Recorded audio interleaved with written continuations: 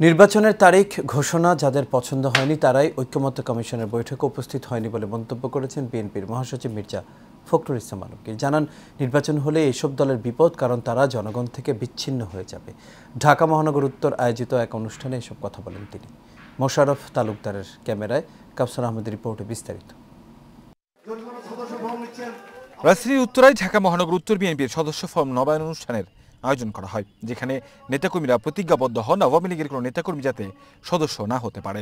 আপনার পরিবার নির্যাতনের শিকার হয়েছে, আপনারা সেই দিকে মনোযোগী হবেন এবং কোন বিএনপির হাত ধরে কোন নব্য বিএনপি হয়ে যারা আওয়ামী লীগের নামধারী ছিল তারা যাতে ভুলেও কোন সদস্য ফর্ম পূরণ করতে না পারে।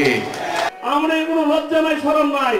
তারা এখন আত্মীয়তা ছড়ে আমাদের কাছ থেকে বিভিন্ন ভাবে সুযোগ সুবিধা নেওয়ার জন্য চেষ্টা করছে। আমাদের নেতা কর্মীদের মাছ থেকে শোনা যাচ্ছে। আপনারা সতর্ক থাকবেন। আমরা কিন্তু দীর্ঘ 15 বছর 16 বছর কোন আত্মীয় স্বজনের সহযোগিতা পাই নাই, আমাদের কোন নেতা কর্মীরা পাই নাই। আমাদের নেতা কর্মীরা যে কষ্ট করেছে, রক্ত দিয়েছে, এই রক্তের বিচার ইনশাআল্লাহ হবে ইনশাআল্লাহ। বন্ধুরা আমার, পরে বিএনপি মহাসচিব মির্জা ফখরুল ইসলাম আলমগীর বলেন, আওয়ামী লীগের নেতাকর্মী নয়, কিন্তু যারা ভালো মানুষ তাদেরকে বাদও দেওয়া যাবে না। যে আমরা একটা নতুন বাংলাদেশ চাই, পরিবর্তন চাই, ওই আওয়ামী লীগের আগের মতো দুঃশাসন চাই না।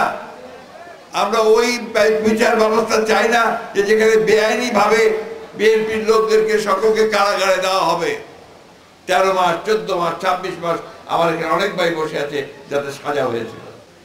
আওয়ামী লীগ হচ্ছে সেই দল যারা নিজেকে ছাড়ার কিছু বোঝে নাই। এ সময় রাজনৈতিক দলকে উদ্দেশ্য করে তিনি বলেন, যারা জনগণ থেকে দূরে তারাই নির্বাচন চায় না। অনেকের পছন্দ হয় নাই, তারপর নির্বাচন হলেই তাদের বিপদ। এখন নির্বাচন নাই, সুতরাং তাদের অনেক গুরুত্ব আছে। যে নির্বাচন হয়ে যাবে তত জনগণের যারা ভালোবাসার দল তারাই তো ক্ষমতায় আসবে, তাই না? তো তখন তাদের গুরুত্ব কতটুকু থাকবে কি থাকবে না তখন নির্ধারিত হবে। যে কারণে ওরা নারাজ হয়েছে এবং নারাজ হয়ে গতকালকে একটা বৈঠকে হাজির হয় নাই। দখল ও চাঁদাবাজি করে আওয়ামী লীগের পুনরাবৃত্তি যাতে না হয় সে ব্যাপারে সবাইকে সজাগ থাকার আহ্বান জানান মির্জা ফখরুল।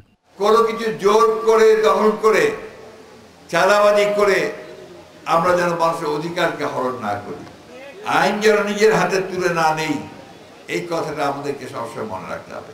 কাউসার আহমেদ, এশিয়ান টেলিভিশন, ঢাকা।